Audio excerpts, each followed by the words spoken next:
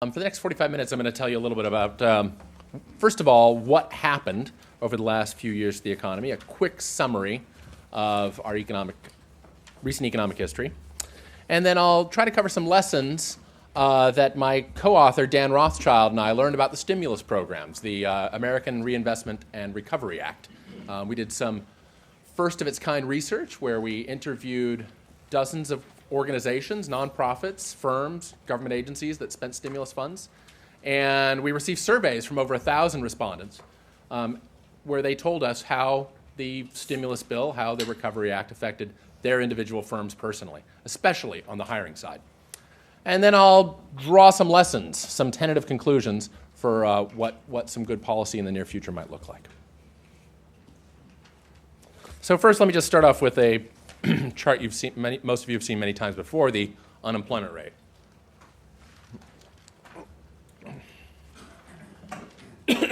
Now, the unemployment rate is a terrible measure of an economy's health, but similarly, so is any other single measure of anybody's health.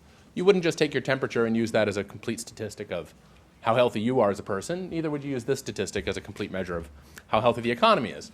But it's still something you'd want to look at. So those gray bars there you see on the chart are dates selected by a committee at the National Bureau of Economic Research for deciding when we're in a recession. Gray bars are periods when the Business Cycle Dating Committee of the NBER says we're in a recession. And you can see that the unemployment rate just clearly spikes during those times. There are a lot of other measures of economic activity, interest rates, money supply, economic output growth, investment. They kind of move pretty carefully, move somewhat with those gray bars. They spike up or they spike down at that. But the unemployment rate really has some kind of magical relationship with that, doesn't it? I mean, you can really tell when a recession is just by looking at the unemployment rate. So, as you know, part of the reason it's an incomplete measure is that you only count as unemployed if you're both out of work and actively looking for work. So the government calls people on the phone and asks them, are you out of work? Yes. Have you actively looked for work in, say, the last 4 weeks? The answer, yes, then you count as unemployed. If you've given up looking, you don't count as unemployed. You count as out of the labor force. So, one way for an unemployment rate to decline is for people to stop looking. Most of the decline we've seen since the recession has ended occurred for just that reason.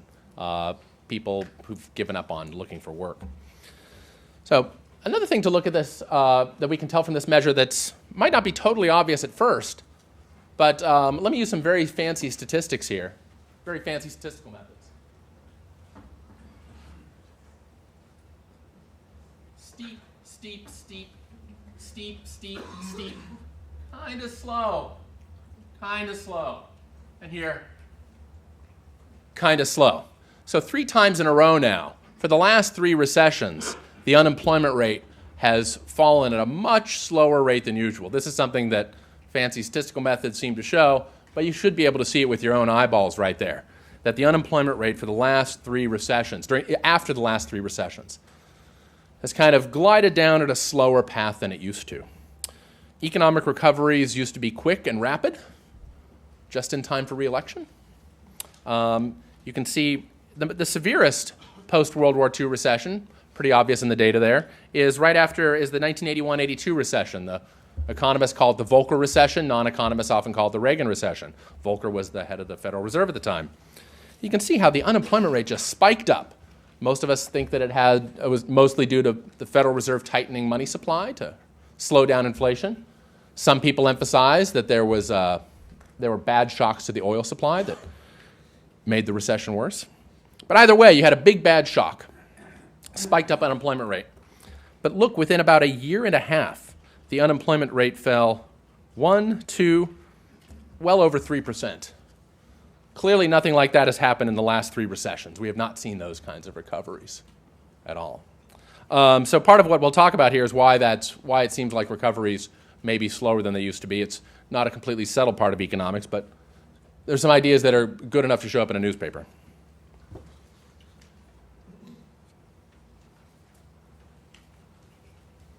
So, the unemployment rate measure has its imperfections because why? Because it doesn't include people who are It only includes people who are actively looking for work. So another way to tell how the economy is doing is just look at the fraction of the population that's employed. This gets rid of these subjective measures of how somebody feels about whether they're actively looking for work. Instead, we just measure how many people in the US were working at least 1 hour a week. And this measure, as you can see, definitely declines during recessions. Now, but there's something a little odd about this chart. Doesn't it have these little really fast, what we call high-frequency wiggles? That's because this data here isn't seasonally adjusted. Your government massages all the data that you see, or most of the data that you see, to take out the fact that the United States economy, like every rich economy, has a recession every year, when the unemployment rate drops by about as much as in some recessions sometimes. And we have a word for this annual business, for this annual recession. We call it winter, very technical term. So if you just look at these non-seasonally adjusted numbers, the numbers haven't been massaged, what you find is that the percentage of people employed drops by about 1.5%, maybe 1%, especially in the old days, it was more like 1.5%. In January, February, March, then the economy starts ramping up through the rest of the year, and November, December, pretty good months, and then we go into a recession. Those wiggles used to be a lot bigger in the old days. Your eyeball can tell you that, right? Those wiggles were huge. They were maybe at least 1.5% per year. And they slowly got smaller, and in the 90s and 2000s, they're quite small, maybe less than 1% per year. And you might be able to guess what it is that's changed in the economy that means that we have these wiggles that aren't as big from within the year. We don't have these winter recessions that are nearly as big as we used to. And part of that is that we're less of a farm economy, so farm and farm-related industries aren't huge employers January, February, March. And probably more importantly, factories. A lot of factories would shut down in the winter. My personal guess, I've not checked this, is that part of it is people moving to the west, to the west and the south, because it's just hard to do stuff in the cold states in January, February, March. So it's hard to get supplies out. It's hard to move factories. So it's inefficient to keep factories open when you might have a snowstorm that locks stuff up or that makes the roads impassable for a week or so. So factories, farms, and having more of our population in the Northeast I think made those wiggles much larger in the past. The rise of the Sun Belt and the rise of the Dilbert economy, the rise of office jobs are reasons why we have the wiggles matter less. So both of those are themes that will come up toward the end, the rise of the office economy and how that's changed, and the decline of manufacturing, how that's changed the way the job market works. So a little recent history. So that's a long history. Let's do the recent history now. So first we had, in 2008, we know that Lehman defaulted. Lehman went into bankruptcy. And there was a lot of things that happened up here on the Hill then. And then the Troubled Asset Relief Program was enacted. Congress took strong, aggressive action to fix the economy, action that Chairman Bernanke and Secretary Paulson both pushed for strongly. And then after they did these things, the stock market rallied 30%, and we all remember the post-TARP rally. Oh, no, wait, that actually didn't happen. I mean, I kind of expect that to be in the history books, right? The government does the big aggressive thing, and then the stock market's like, oh, wow, they did the right thing finally. And so the post-TARP rally will be commemorated for generations to come. Celebrated annually on Wall Street. So the stock market collapse happened after the big aggressive government action. This is actually the opposite of the Great Depression. So if you're looking for some kind of grand theory of recessions and booms and busts and how they work, and well, you're not going to. I have that, but it's not going to fit into this 45-minute talk. But I will point out that this ordering, activism first, stock collapse second, it's roughly the reverse of what happened in the Great Depression, right? In the Great Depression, we had 3 years of deep economic decline. 32 was just an absolute falling off the cliff. Total output fell by 25%, unbelievable. And then we got a big activist president who shut down a lot of banks, declared a lot of banks bankrupt, took the U.S. off the gold standard, enacted a bunch of policies, and private sector investment dramatically rallied, especially in 1933. So that switch is a big switch between now and then. So I don't have a grand theory for you about that, at least not in for the purpose of this talk. And then in 2009, we saw this spike in the unemployment rate. Now, it's worth noting that in most recessions, well, actually, it's about half. I actually don't know if I haven't checked what the most recent was. It's not uncommon for the unemployment rate to peak, to hit its top, a little bit after the gray bar. It really is obvious in 1990 recession and 2000. But even in earlier ones, the early 70s, the OPEC recession, the unemployment rate tends to spike a little bit after. It's not uncommon for the unemployment rate to peak afterwards. So the labor market is still working out its problems even after businesses start building stuff. So this fits in with the idea that businesses start building and hiring, and they start selling things, and they wait a few months to see if their company really needs to hire people. Sometimes they wait a little bit longer than a couple of months. So recoveries often happen. Job market recoveries often happen a few months, perhaps even longer after the recovery starts going. So what we saw in 2009 is not that unusual. And then since then, we've had a tepid recovery. Tepid even by the standards of the last two recessions, and even compared to the standards of how bad things were. So the economist story, which I think is the most common view in my field, is that part of the reason for the especially tepid recovery isn't just that there's this structural change in the labor market, which we saw in the last two recessions. There's something a little more than that. It's that a financial crisis is a little bit hard to shake. There's something about having your banks fall apart that's a lot worse than having a war in the Gulf that spikes up oil prices. There's something worse about having your banks fall apart than having Alan Greenspan or Paul Volcker raise interest rates 7 or 8%. Something about having your banks fall apart. They play a very special role. As my colleague Alex Tabarrok talks about in his textbook, he says, that he has with my colleague Tyler Cowen, he says, there's something about banks and other financial institutions are bridges between savers and lenders, between people with a little extra money and people with possibly good ideas. And there's something about having those bridges fall apart, having those bridges break, that's really bad news, and it lasts for a long time. So this doesn't show up in the US, it shows up around the world. So Charles Calamiris is one person at Columbia who's done work on this, but the most famous probably is the book Reinhardt and Rogoff, who did a series of articles together and then wrote the now famous book.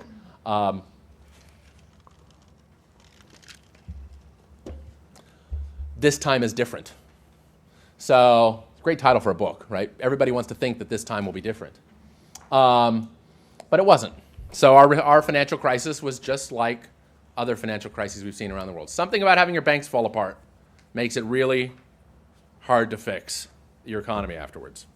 The reasons why are controversial.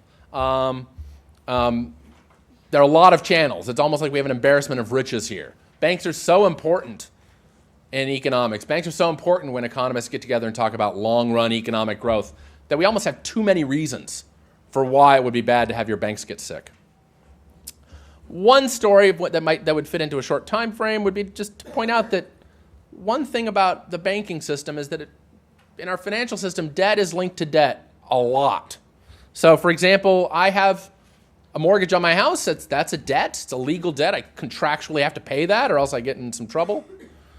And the mortgage payment I make every month, who does that go to? That goes to my bank. That goes to my bank. And what does my bank do with that money? It uses that money to pay off people it owes money to. It may owe that money to depositors, to whom it has a contractual obligation. That's pretty a strict contract, hard to get out of. It's hard to say, hey, the person who's paying the mortgage, they've been a little late for the last couple of months. Can I just repay you 90 cents on the dollar for your bank account? No, you can't do that. You can't do that. You do that, you go into bankruptcy. So when you break debt promises, it sets off a cascade of effects. You have to go to a bankruptcy court, you got to talk to a judge, you got to put a suit on. It's bad news. Our big banks in the US often don't really rely that much on depositors. So you might think, well, maybe they can blow off depositors because of deposit insurance or whatever. Our biggest banks, our mega banks, our too big to fail banks, they don't rely that much on depositors. Depositors are almost a nuisance. For Citibank, less than a third of their liabilities, less than a third of the money they owe to people globally is to depositors, people with like savings accounts or checking accounts or time deposits. Most of it is debt contracts. So for instance, a lot of insurance companies will be like, well, we've got all these premiums coming in from people. We owe them money. What are we gonna do with the premiums they're sending in? Oh, we'll use it to buy something really safe, like bank debt, like Citibank debt, or J.P. Morgan debt. So this linkage is very common in the world of finance. Debt contracts linked to debt contracts linked to debt contracts. So if one part of the chain goes bad, it can set off cascading effects. And part of the reason is because these are things you just can't talk your way out of. When the internet bubble burst, by contrast, my colleague Vernon Smith, who's now an emeritus professor at George Mason, Vernon Smith, Nobel laureate, helped invent experimental economics. He pointed out the big difference between the bursting of the dot-com bubble and the bursting of the housing bubble. The dot-com bubble was just shares, equity. There were no legal contracts saying, oh, I invested $10,000 in pets.com and they have to give me back my money with interest in 2 years. That's not how people invested in the internet. That's not how people invested in Google. That's not how people invested in Yahoo or Amazon. They said, I'm going to give them $10,000 and maybe they'll give me a share of the profits down the road. There's no promise there. If they break the promise, it's not setting off cascades of default. So debt recessions are very different from equity recessions. That's one channel that I think economists will place at least some weight on. Not all of them will place as much weight on as I do, but they'll all place some weight on. So if this is true, if financial crises are hard to shake and they're hard to shake all around the world, then the weak recovery we're experiencing might mostly be because of 2008. I know a lot of people would like to think that maybe the weak recovery is because of some policies that were enacted in 2009 or 2010 or 2011, or I think it's still a little too early this year for there to be new policies enacted this year that we could blame for the weak recovery. But I'm sure somebody's trying to do that right now. So the bad things, policies you might disagree with in 09 and 010 and 11 might have some contributing factor to the weak economy, but the overall tendency, bad recovery after a financial crisis, that's old news. That happens everywhere.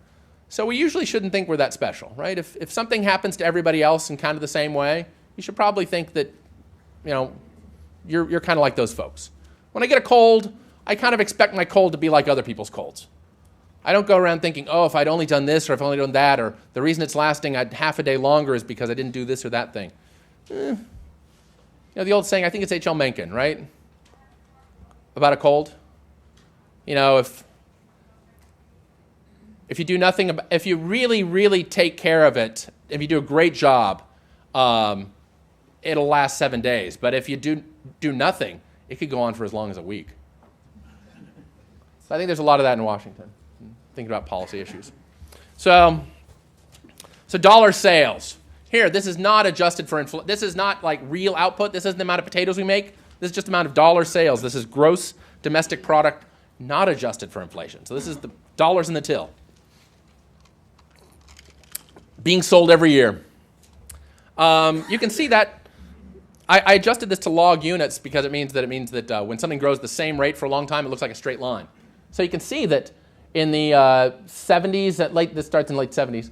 70s, it was kind of growing at a faster rate because we had a little bit higher inflation in the Reagan years than we do now. The Reagan era inflation was about 4% a year. Hyperinflation by today's standards, I think. And it's come down a bit in the 90s and 2000s. But overall, what the biggest thing that stands out here is there's only one real jump down. There's small declines, like slowing in the rate of growth in the late 80s and in the first Bush recession. And you can see a little bit of a kink for a month or two in 1983, where things dropped a little bit. But wow, dollar sales, 5% below trend. That's what happened in the last 4 years. And that's big news. So the reason this matters is it especially matters in a world of debt, in a world of debt contracts, in a world of long-term promises. Some of these long-term promises are like informal promises. Your boss told you, if you keep working well, you'll probably get a 2 or 3% raise, a cost of living adjustment every year or so. But some of these promises are legal. I already mentioned mortgages, bank deposits, leases, credit cards, some union contracts, some union labor contracts. So with 5% fewer dollars to pay for these things, that means that even if everything were kind of working fine, even if we didn't have a big problem, it would be very difficult to keep all of the same financial promises that had been made in 2006, 2007, 2008. Because dollar spending, nominal spending as we say in economies, is 5% less than it used to be. So even good people can get wiped out in a recession like this when dollar spending shrinks by 5%. So Keynesians and monetarists, so Keynes and Milton Friedman, they and their followers both tended to agree on this view that it was a bad idea to let total dollar spending just drop quickly. And one reason is because it destroys the good along with the bad. Good folks who made good promises just find themselves like, well, my customers are just bringing in less money. I'm still running my business pretty well, but I have this lease that I signed for $1,800 a month for this pizza shop, and after I pay my workers, I've got like $1,650. So I'm short $150 a month. Yeah. Sorry, you might have to declare bankruptcy. So one lesson is to at least get dollar spending back up to its old trend line. It might not, there's some controversy about whether you'd want to go all the way up or part of the way up, but you should at least keep in mind that when dollar spending drops well below its trend, when it has a big shift like that, some good businesses are going to get wiped out. There's going to be some, as they say in some parts of the government, collateral damage. So keep that in mind. So traditionally, economists think that it's the Federal Reserve's job to make sure that total spending doesn't fall like that. In the Great Depression, total dollar spending fell by a third. A third? Unbelievable. So 5%, not so much. I can't complain that much about 5%, right? Compared to a third, 33%. I'm not going to complain too much. But it still means there'll be some collateral damage. So it's worth keeping that in mind. So Scott Sumner is the most famous economist for making this view widely known among economists. It's something that we believed before the crisis came along. Something about the financial crisis made a lot of economists forget the things we taught ourselves in the 80s and 90s. But Scott Sumner of Bentley College has done a great job popularizing this view and reminding us that there's going to be a lot of collateral damage when you let dollar spending just drop 5%. And he reminds people it's the Fed's job to fix this. And he argues that they could do it quite easily if they wanted to. I tend to think it would be a little bit harder, a little bit riskier in particular, a little bit riskier than he thinks. But it's certainly something worth keeping in mind. So he was featured twice in The Economist magazine. I believe it's the most recent issue. So and a great speaker. You can see a lot of his videos on the web. He runs a fantastic blog that's received attention in the New York Times and elsewhere. So that's the core story of the financial crisis. Financial crises are worse than other recessions. Maybe the reason is debt, and letting dollar spending fall by 5% means you're going to have some collateral damage. At least be aware of that. Maybe you don't want to fix that, but at least be aware. That's something you got to live with. So now let's talk about the what's widely known as the stimulus bill or the Recovery Act. We want to know, did it help, and did it help much? So if it only helped a little, if something helps a little bit and it costs a lot, you might say, no, not worth it. If it costs a lot and it helps a lot, maybe we have to do these cost-benefit calculations ourselves, right? To figure out if something's worth it. So as you all know, the American Reinvestment and Recovery Act enacted in, I believe, January, right? They didn't wait until February 1st. I think it was January. Beg pardon? February 17th. Mixture of temporary tax cuts, government spending. So I'm not going to really talk much about the tax cuts here, but I should note that recent work has come to a conclusion that's totally shocking to me. Like, if you had asked me 5 years ago if I thought this would happen, I would have said no. I said, that's crazy. But the last few papers by people way more famous than me all point in the direction of the idea that tax cuts have a bigger short-run effect than we used to think. Like, it used to be that there were just a few people saying this. We usually called them supply-siders, who thought that tax cuts had a big short-run effect on the economy. And it was kind of hard to find data for that, evidence for that in the data. It was sort of like you had to squint your eye a little bit when you looked at the graphs to see that. Some people believed it very strongly, had some anecdotes. But the most recent work it's good enough. It kind of changed my mind on this. So Romer and Romer are a husband and wife team, one of whom ran the Council of Economic Advisors for the president, and the other, David Romer, wrote the top economics text for PhD students. They did a nice study showing that that $1 of tax cuts seems to spur $3 of economic activity in like a year or two. I'm like, that just can't be right. It's too big, but it might be right. So Olivier Blanchard, IMF economist, MIT, very well within the mainstream, considered a new Keynesian, co-authored a paper finding that tax cuts had a better effect in the short run around the world than spending increases, had a better short run impact. So he was surprised by that as anybody else. You can tell by reading the paper. If you can translate the economies, he's saying, well, I'm totally surprised. And then Harold Uhlig of the University of Chicago has done some work finding something similar. So traditionally considered, that's the home of Milton Friedman, often considered a more free market econ department. So that's worth noting. I wish I had time to go into that, but I think this is something that you'll probably be hearing about more. I've talked with some folks who are looking at this recently. So, and the other insight is that government spending may be actually a little worse for the economy, or at least, and by worse I mean not as good in the short run as people thought. So CBO has been thinking about all these issues, this new wave of research about government stimulus and government spending in particular, government hiring workers, government paying for bridges, government hiring employees. And the CBO is thinking about how that affects the economy. And they actually have an expert panel. They have a panel of economic advisors. And they bring them in every once in a while. And they're some very famous folks and well-deserved reputations. I don't think they're not cronies. They're genuine experts.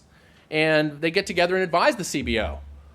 What should we, the CBO, believe about government spending in the short run? What should we believe about what it does to the economy? And they put out a report in November of last year, just 2 months ago now. And it's well worth a look because to me, its result was shocking. The normal view that came out of CBO for many years was that $1 of government spending led to more than $1 of economic activity overall. It boosted the economy by more than $1. So if the government spent $1, not only do you get that extra $1 of government stuff, maybe the bridge, maybe some firefighting, maybe some police services, but that firefighter goes and buys some stuff at the store. That firefighter might remodel his home. They might spend some money in the private sector, and that's a plus. So that was the traditional view, and it still is the average view of the CBO. The CBO gives they do the smart thing. They don't just say like, here's what we're sure happens. It's ridiculous to make forecasts like that. They say, here's what we think is likely to happen on average, and here's our optimistic estimate, and here's our pessimistic estimate. We would be better people if we could say that honestly. In politics, it's often difficult to say that, but the CBO does that.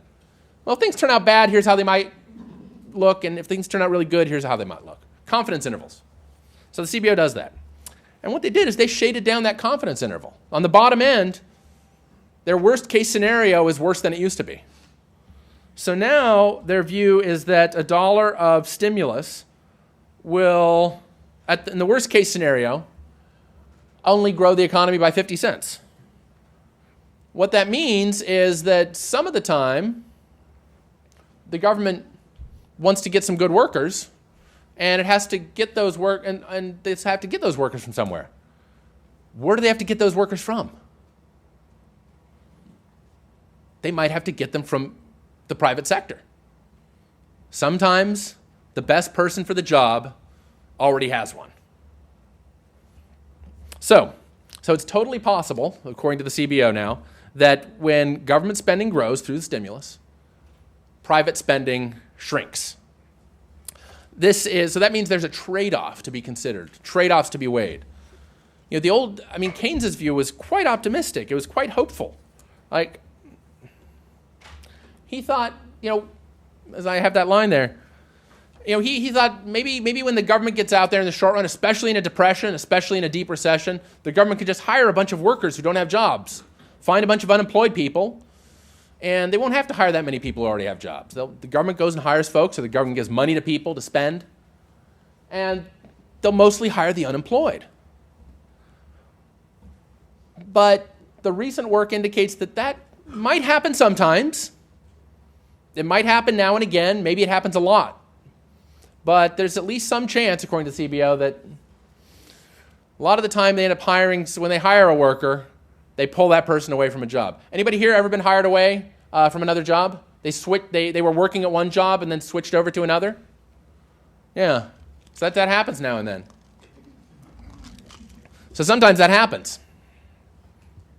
So I should issue some caveats here. This isn't the law of the land. Like I said, the high end of the CBO's estimate is still high. They think the government, if things work out well, then dollar government spending does a lot.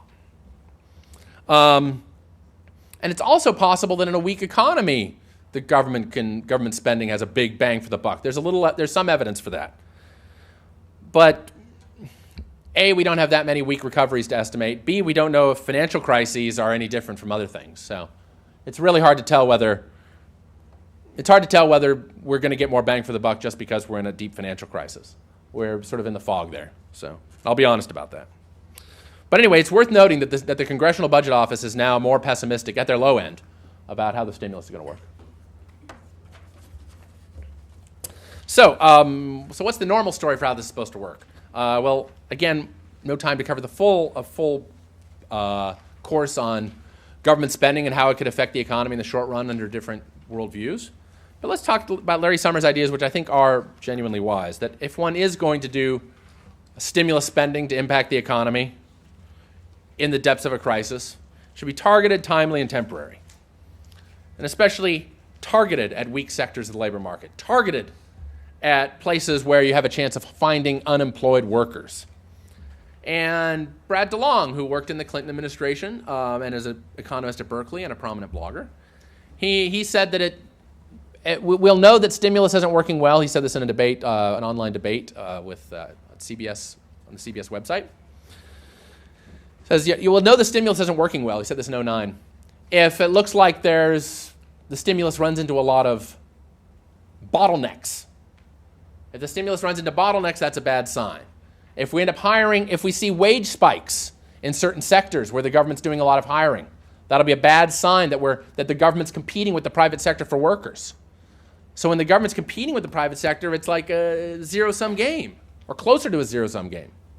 You don't get much bang for the buck. If we don't see the bottlenecks, then that's a good sign.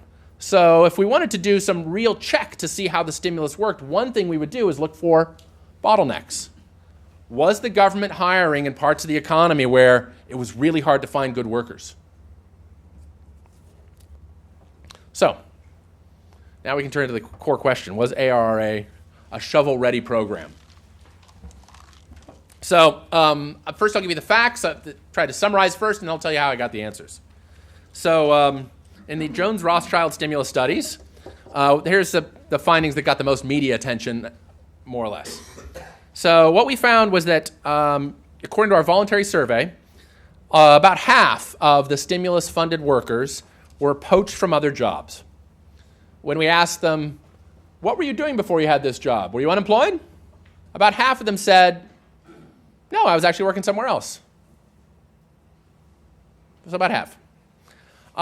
We also found something that maybe, once you think about it, kind of makes sense. But maybe nobody thought about this back in January and February of 2009. Poaching was more common among the highly educated. So people with master's degrees or above, we asked people, what degree do you have? People with master's degrees or above were much more likely than other workers to say, yeah, I came from some other job. And poached workers were much more likely to get wage hikes than to get wage cuts. And they also got more likely to get benefit increases. We asked people about benefits as well. So all three of these things point in the direction that a lot of the stimulus funds ran into DeLong-style bottlenecks. So the very things that pro-stimulus advocates had said, we should try to avoid this. We found at least modest, maybe a lot of evidence for just that. We found that the things that shouldn't have happened are the things that did. So let me tell you how we did this. So over the course of a couple of years, we did two things. So Mercatus funded a first of its kind study. I really wish the federal government had included a study like this in the actual ARRA legislation. Would have been easy to put it in. Would have cost not that much money, and they would have been able to get much higher response rates than we did. But they didn't do that, so they left it to a small university-based research center across the Potomac to do this research. So hopefully they'll fix this next time. So next time, I hope that people on Capitol Hill will include effectiveness study somewhere in the legislation. So we did two ways. We did an anthropology method, and we did the sociology method. Anthropology method went and talked to people. So I didn't actually do the interviews myself. So Dan Rothschild did an excellent job supervising a team of interviewers who went to 5 different metropolitan areas around the country and interviewed people basically at random. I mean, you just started dialing people who were at stimulus-funded firms. This is all data off of recovery.gov. They went and started calling people, and whoever said, yes, we'll come in and talk to you you can come in and talk to us for 20 minutes about the stimulus. That's who we spoke to. So stage 1 was interviews with about 85, I believe it was, stimulus-funded organizations. So it included the private sector, the public sector. To give you an idea, you see a list of some of the kinds of organizations we had here, all kinds of different groups. And then in stage 2, we did mail-in surveys. We sent out we again went to recovery.gov, took a random sample of stimulus recipients, weighted by dollar values. So we didn't want to have an oversampling of a lot of these folks getting $100,000 or $200,000 grants. We wanted to get where the money was. And then we received voluntary survey responses from both the firm themselves. We had somebody at the firm answer on behalf of the firm. And then we asked them to hand the surveys to 2 workers at random and have them send those in. And everybody got their own pre-stamped envelope so that like your boss's answer wasn't going in with yours. People could send them in on their own. So that there wasn't any tendency for people to think like, oh, well, I'm sending this in with my boss's survey, so I better say what my boss wants me to say. So we had a chance of getting real information on the ground. And all of the surveys themselves are all on the Mercatus website, as are the data responses. So here's my co-author, Dan Rothschild, an excellent person. Always pay attention to his research. He was a great co-author and did so much of the heavy lifting. So and when the stimulus study came out around the time of the president's speech calling for a second Recovery Act, it received some media attention. So some highlights include the Wall Street Journal op-ed that I think you have on your desks there. And if you want to hear me talk about this in much greater length, for 45 minutes on C-SPAN, you can find the video of that. So great Q&A. So you just never know who's going to call in on C-SPAN. So really some great calls, and then some people are like, wow, okay. So yeah, the $20 billion slush fund that belongs to the, okay. So here's the graph that got the most attention. Where did workers come from at ARA organizations? I did some fancier statistics to check this out, but this is the result. Here's what they told us. Of the people who responded to us, 46% said they had switched jobs. There's those small little pieces of the pie that said they were either in school or out of the labor force, or they just left it blank. And then only 40% considered themselves unemployed. So regardless of whether you add those 3 and the 4% in of the people in school, I mean, it kind of splits to half and half. I don't. As a macroeconomist, we round numbers a lot, so we round to the nearest billion all the time. I'm sure you guys do the same thing, right? So if you want to call that half and half, that's about what you'd think about it. So who gets poached? Who are these people who are job switchers? Well, the educated. If I just split it into people with graduate degrees versus people with high school degrees, there was literally nobody in our sample who had less than a high school degree. So maybe the government and its contractors don't tend to hire that many less skilled people. I think that's part of it. But among people with graduate degrees, 63% switched over from some other job. So if you're trying to get the most bang for the buck from a short-run spending program, whether it's a defense program or road building, when you're hiring those engineering firms, this came up in our interviews. When we talked to engineering firms, they were pretty likely to be like, actually, no, we didn't hire anybody. We worked with the people we had. Or we had to hire a couple people and they were at some other company. Those people with the graduate degrees are pretty unlikely to come from unemployment. They're the same number of dollars are chasing the same number of workers. So when you think about spending on doctors, there just aren't a lot of MDs sitting at home watching daytime television, waiting for a job, sending out, checking things on monster.com to look for jobs. They just aren't. This is the standard fact of labor economics. Unemployment rates low among the well-educated. If you lose a job and you're well-educated, you're going to be looking for a long time for a good match. But the unemployment rates are much lower among the well-educated. So that's one reason to get a good education, of course.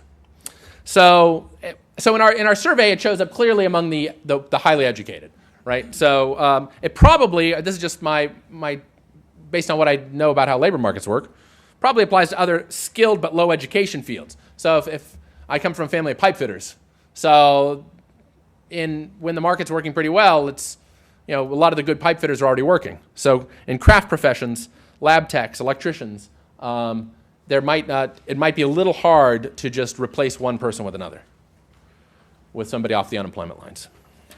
Okay, so, and here's a question that came up a lot in the web debates when non-economists thought about this.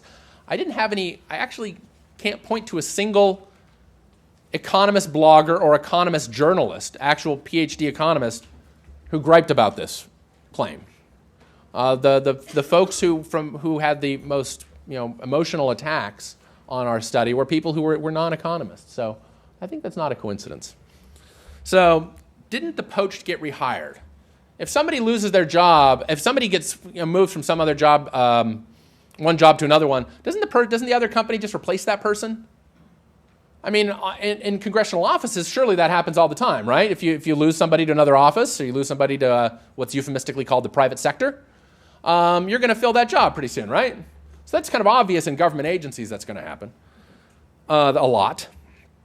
But in general, for the economy, that really is a theory and not a fact. And our on-the-ground viewpoint might hide the truth here. In real life, there are really only so many anesthesiologists. There just are only so many. They're just, that's it. There's so many in the U.S. Maybe you can bring in some from foreign countries quickly, maybe not, I don't know. But there's only so many. So if somebody starts a new government-run hospital in a town, they're going to be pulling somebody else out of private practice. They're going to be pulling somebody, maybe they can pull somebody out of retirement. Do you want to call that a job created? Go for it.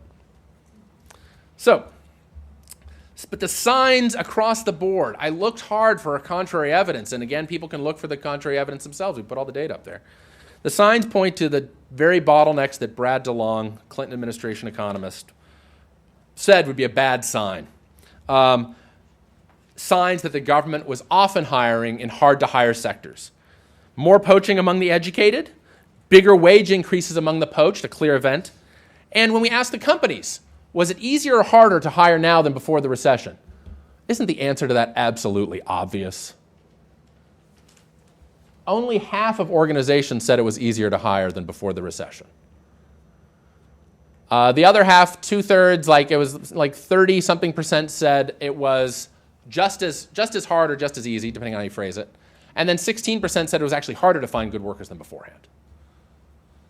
So now, this is the point in the talk where I am contractually required to refer to Solyndra. So why would Solyndra be an example of a company? Now again, they were giving government guarantees, right? It was not stimulus-funded dollars, but it's a nice illustration because it's one you've thought about, probably. Workers at Solyndra, did most of those? I mean, you've seen the video, you've seen the stuff on TV, right? How many of them were reasonably highly educated? How many of them were like engineers, people with engineering degrees? How many of them were fairly technical workers? When you want to start a company like Solyndra, where are you going to get your best people for that? You're probably going to find somebody who's working at some other engineering firm. In fact, there are actual companies that do this for a living. What are these companies called? Headhunting firms. Headhunting firms. They go and if you're a reasonably skilled person, you're going to get a phone call every month or two from somebody from a headhunting firm saying, "Hey, would you consider switching companies? So this happens all the time, right? It's not like this is some crazy economist idea that I just invented, right? That people get poached because good workers are hard to find. No, happens all the time. So some of the poached probably got rehired. Some of them got rehired, but some of them, all these signs point to the government hiring in sectors of the economy. Especially, I think, the most obvious examples are medical spending and green jobs. When you're hiring engineering firms, when you're hiring high-tech folks, again, as I say here, as I've said before, the best person for the job usually has one. So, let me talk a little about what the interviewees said, quickly. So the interviews, all this stuff is from the surveys that I just mentioned. Now let's look at the interviews. Federal government, our interviewees told us, this came up 12 times in our 85 interviews. I did like a search through the interviews. And 12 times the government said, interviewees said, the federal government told us to hurry.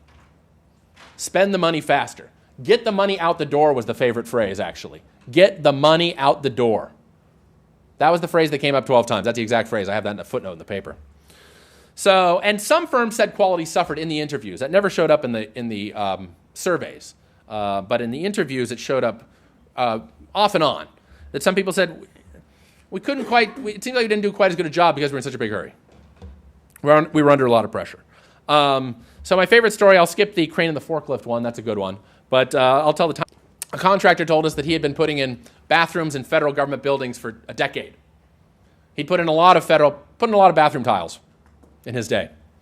The government always asked for the same thing: 4-inch square white tiles. Okay?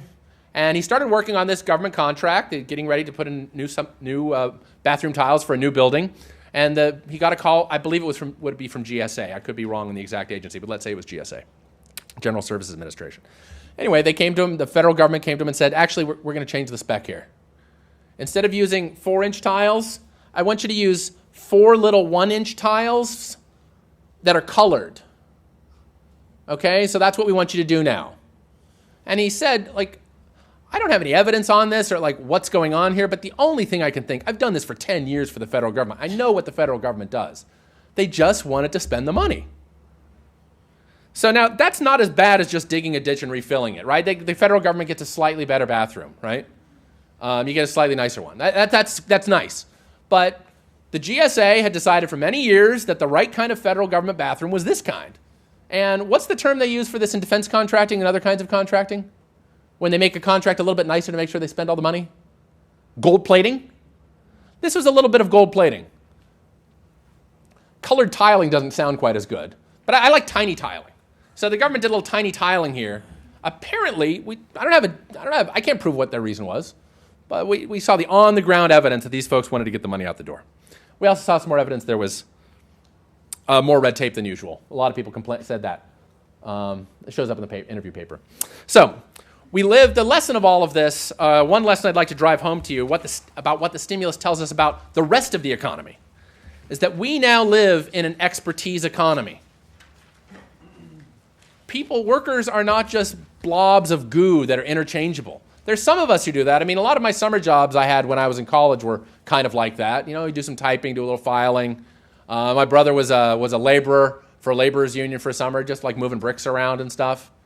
Some of us can do these interchangeable jobs. They're generally quite low paid. But the high-wage jobs tend to be incredibly specialized. They really fit into the world of Adam Smith's division of labor, the pin factory, where everyone does one little tiny job and you get really good at it. The downside of that is that it's often the best person for the job is going to have one. Often these jobs are ultra-specialized. So by contrast, there are other kinds of jobs that some of us just think that's what jobs are like. Our own jobs aren't like that, but maybe somebody else's are. Low-wage jobs, routine decisions, routine movements. Those tend to be low-wage jobs. That's not where you get high-tech innovation from. If you're working in a low-wage job, you're competing with machines, and you're competing with workers in less developed countries. So if you're looking for if you're saying, how can we create an economy that has high-wage jobs, you want to think about jobs where people are paid for their dexterity, perhaps manual dexterity, and paid for judgment calls. So these are specialized jobs. So don't think about skilled workers. Skill, you might think, oh, just put somebody in school for a while and they'll get smart. I want you to think specialized. People with skills that often take years to acquire. So what next? So Congress may have little power on the demand side. That's if the effects of stimulus are less than they used to be, but or less than we used to think they are. But you may have some power to change the supply side. And again, in the short amount of time, let's just stick to the things where I can draw lessons from here. So first, it might be just good to help workers and firms create relationships. Economists nowadays routinely think of the labor market as being like the dating market. Creating long-term relationships, stable relationships is hard. Creating high-value relationships is hard. And some people aren't quite as excited about finding long-term relationships when they can get paid just to sit at home. So here I'm taking the most pessimistic estimate I could find on the link between unemployment insurance creating unemployment. Unemployment insurance spurring people to stay unemployed for a long time. So there's a wide variety of estimates here. Here I picked the most conservative estimate. So if Congress were to allow the 99 weeks of unemployment insurance to go back to 52 weeks, which is what it has been in previous really steep recessions, at the very least, I just picked the tiniest number I could find, 100,000 jobs, maybe many more. 10,000 jobs a year for 8,000 jobs a month for a year. That's very least. Another possibility that would make firms and workers create relationships with each other a little more easily would be to consider deferring the Affordable Care Act's penalties for firms that don't insure their workers. Some firms are going to be terrified of paying an extra couple of $1,000s as a fine if they don't insure their workers. Pay this extra tax if they don't insure their workers by, is it 2014 now? I believe it's 2014. So that's coming up on us. So it used to seem a long ways off. Now it's a little more near. Yeah, it's 2 years. So that would make it easier for firms and workers to create relationships with each other. And I was a history major as an undergrad. I really enjoyed it, had a great time. I can't think of why the federal government should be subsidizing more history majors. So finding the argument for why that's creating some big benefit to the overall economy, I think that's a little tough to find. I'm not going to be that specialized worker making great judgments because I know something about ancient Greek history, which was awesome to know about. But my courses in finance and statistics really, they will make me employable. And one thing to keep in mind is that if we bring in more experts, if we have a society that creates more experts, it probably creates more work for non-experts. So sometimes the big scientists just need some people to clean the pipettes, clean the tubes, keep the lab running. Sometimes it's that the scientists need somebody to mow her lawn. So creating more experts, bringing in more experts, creating more expertise-based economy, more scientists, more engineers, maybe creating them domestically, letting them stay here when they finish their education, was very likely to create more demand for the labor for everyone across the board. So with that, I'll stop and be happy to take a few questions.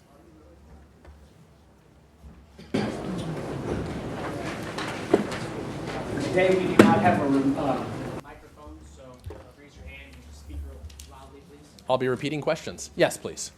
You said there are more jobs poached in the high-tech, more educated areas Yes. than in the lower educated areas. Do you think we could have done better with stimulus if we almost did what the WPA did and hired, broom pushers and people who were cleaning floors? Do you think it would have been more effective that way? So the question was whether if we would have been able to create more jobs and more valuable jobs if the government had just hired very low-skilled people doing the kinds of things that occurred in the Great Depression, WPA-type work, building roads, building trails. That seems right if there are valuable projects to do. That's the thing, is does our government, this is something that the economist Robert Shiller of Yale said, he says, I believe it could have been Akerlof. Anyway, so some economists have pointed out that there should just be a small government office that just keeps track of a lot of things that would be worth doing in an emergency. If we get hit by a recession in the next year, here's a bunch of things that would be worth doing. And condition on that, if you made that list, it should be something that focuses on these very low-skilled jobs. Jobs where you might imagine the government actually being able to get good people on short notice, getting pretty close to the Keynesian free lunch. The question is, in our world now, you don't build bridges with very low-skilled workers. It's very high-tech work with a lot of capital, a lot of machines, a lot of equipment. There's an old story that economists tell each other. I've learned since that it's basically a legend. It's just an urban myth. It's an urban legend, but it's too good not to tell. So Milton Friedman, the excellent free market economist, was traveling in India, and he was on a tour with some government agencies. They were showing him how great their development program was. And they showed him how they were building a dam, and they were digging out the areas that they needed to by having men use shovels. They were using shovels to pull out the dirt. And Friedman asked them, why aren't you using bulldozers? And he said, well, that wouldn't create as much work. And Friedman says, oh, then you're doing it all wrong. If you really wanted to create as many jobs as possible, you'd give them spoons. So that's the question here, is right? Once we decide to start using an inefficient method, how far down that road is it smart to go?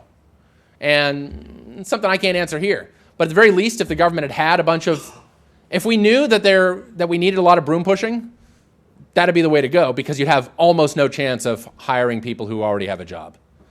That said, I think you could, look at how long did it take to reseed the mall, right? This is one of the things that was in the stimulus bill, right? Reseeding the National Mall. How long did that take? Not that long. Our interviewees told us this a lot, which is they said, well, we got all our plans together. We were going to, at this public housing project, we reinstalled, I believe they remodeled all the bathrooms. I believe it was all, partially new fixtures, probably sinks and toilets. But they remodeled about half the new fixtures in these bathrooms at a government project. And they said, we spent all this months planning for it and everything, and it just took like 2 weeks to put it in. That's what it took. So a lot of the things we think of as labor intensive, just fast. So it's a different economy. It's a little bit hard to think about how little work a lot of stuff takes. So, yeah. I just had a question. There was a practice that some firms conducted as far as not hiring. The reason for not hiring someone who's been laid off was that the person that got laid off was undesirable or wasn't productive. Mm-hmm. Period. And my question to you is, what could be done to alleviate that fear from the firms as far as not hiring someone who's been laid off, given the concern that they're not productive? That is a great question, right? This is what economists cruelly refer to as a lemons problem, right? When you see unemployed workers, you think, we know that in practice, when it comes time to do layoffs, when companies can, who do they lay off? Do they lay off their best people first? No, they lay off the worst people first. And so people are naturally suspicious of hiring new people, of hiring the unemployed. And the longer you're unemployed, the more of a lemon you look like. So it's very difficult to solve that problem. The right way to solve it is to give people a way to prove that they aren't the lemons. The problem is, what if they are the lemons? Right? Do we want to change? We can't change reality. We can't change that on average those people are the lemons. But finding better ways for people to signal their competence through, say, certificate programs or coursework at a community college, things where they can prove to somebody, actually I have some skills. That's really the kind of stuff you want. You want people to be able to provide public signals of their quality. In the U.S., I tend to think of community colleges as being the best at that. They're the people who actually care about giving people jobs. Schools of higher education, Ivy League schools, they don't think about the employment side that much, right? It's outside of the business school. Also, community colleges are more accessible as well. They're accessible to everyone, right? Everyone knows that they can find one down the street. And the people who work there are very attuned to the employment needs of their local population. So, anyone else? I suppose I'll ask one quick question. To what effect did the debate of the debt ceiling have on the economy? Yeah, the debt ceiling debate it roiled the markets. And I think part of the reason it roiled the markets is because it showed them we are a normal country. We're a country that bickers about things and that plays games of brinksmanship with our own credit rating. And it made us look just a little bit more like Greece. Financial markets like it when elites hammer. Let me mix my metaphors here. They like it when elites hammer out their problems behind closed doors. Financial markets like it. Financial markets dislike it when people air their dirty laundry in public. So the debt debate was all about airing your dirty laundry in public and showing people we do not have this together. So I know that like elite deals made in smoky back rooms have a bad reputation in politics, but I think they have a good reputation in financial markets. It's too bad we don't live in a world where that can happen anymore. There's been a lot of talk about austerity and spending cuts. Yep. I haven't seen much of it yet, but if we did, what are your thoughts about the impact on the macroeconomy in the short term and the long term? And it could be negative in the short term, would it be worth it in the long term? Well, back in the Clinton years, new Keynesian economists tended to think they were open to the idea that austerity, especially if you phase it in a little bit, would be really good news for investment, really good news for private sector investment. This term is, the jargon this goes by is, if you want to Google it, expansionary fiscal contractions. That the government could cut spending and that revives the animal spirits of the private sector. It makes people realize that good workers, good firms are going to be available to do private sector work. So I don't know if it works out exactly that way. I don't know if it's that great. But the evidence suggests that austerity is not as bad in the short run as the pessimists say. Certainly not. So it's Alberto Alesina of Harvard has done the best work for this. He wrote a piece for the Mercatus Center summing it up. And then when you look around the world, countries that have tightened up quickly, countries that have gotten their act together and said, we're going to cut spending, we're going to do it credibly, we're going to phase it in over a couple of years, those economies, they may not have a boom immediately, but they do not have the depression that a lot of economists would predict. And their medium-term prospects, if you're willing to wait 3 years, you're in the black. You're doing fine. So austerity may impose a short-run cost that's real, but it's not as big as people used to think. That's certainly true. I think everybody agrees with that. Or most people agree with that. I can't say everybody. And that's Alesina's view, Alesina. He's probably been up here on the Hill a couple times to talk about this. Yes, please. You get a lot of sympathy in policy terms toward manufacturing particularly. Mm-hmm. What you seem to be saying is that the economy changed in a way that makes boosting manufacturing less of a stimulative thing than in the past. Yeah, jobs for robots. Would this imply that, frankly, a great stimulus would be, say, the government suddenly gives out gift cards to McDonald's and the Target, given retail and restaurant unemployment? I mean, that's where low-wage jobs are, or low-skill jobs are, right? You would certainly, I mean, the thing is that you're creating a temporary little shift, right? You created a temporary shift towards, say, McDonald's, which is quite labor-intensive, just for the period of the cards being there. With Target, keep in mind that most of their stuff they're buying is imported, and that's a lot of the value. So and also keep in mind, so those are two reasons to think the effect won't be that big, okay? Let's talk big. Let's talk $100 billion. $100 billion of this. Normal economics says you dump $100 billion on people, they spend about 30% of that in the short run, and they save the rest. That seems to be our best back-of-the-envelope estimate. They use it to repay debt. You might think, yeah, but a gift card, they have to spend that. How many people here have ever sold a gift card to somebody else? Okay. And I actually went to Target, and they gave me a gift card. I was exchanging a gift just yesterday. And I actually forgot to pull out the gift card. And when I bought stuff, I paid for it with my credit card. That gift card. Right, the gift card, it's easy to use that to crowd out other spending. It's easy to say, well, I'm going to go buy my groceries this week at the Target that I would have bought otherwise. So there's spending shifting that might not even show up at all in the data. So it's tough to make people buy stuff. It's the cash for clunkers problem bar. Yes, it is, exactly. Yeah. And especially because money is fungible. It's hard until you've thought about it a couple of times, even until you've thought about your own experience. You don't realize money's really fungible. If they give me a Target gift card, that just means I do this week's grocery shopping at Target instead of at Giant. I mean, that's what I did yesterday. I thought I was going to go get an Xbox Connect game, and I ended up doing my grocery shopping. I was like, wow, their meats and cheeses are really good here. I didn't expect that at my Target. So, anybody else? I know it's getting a little late. All right, well, thank you very much.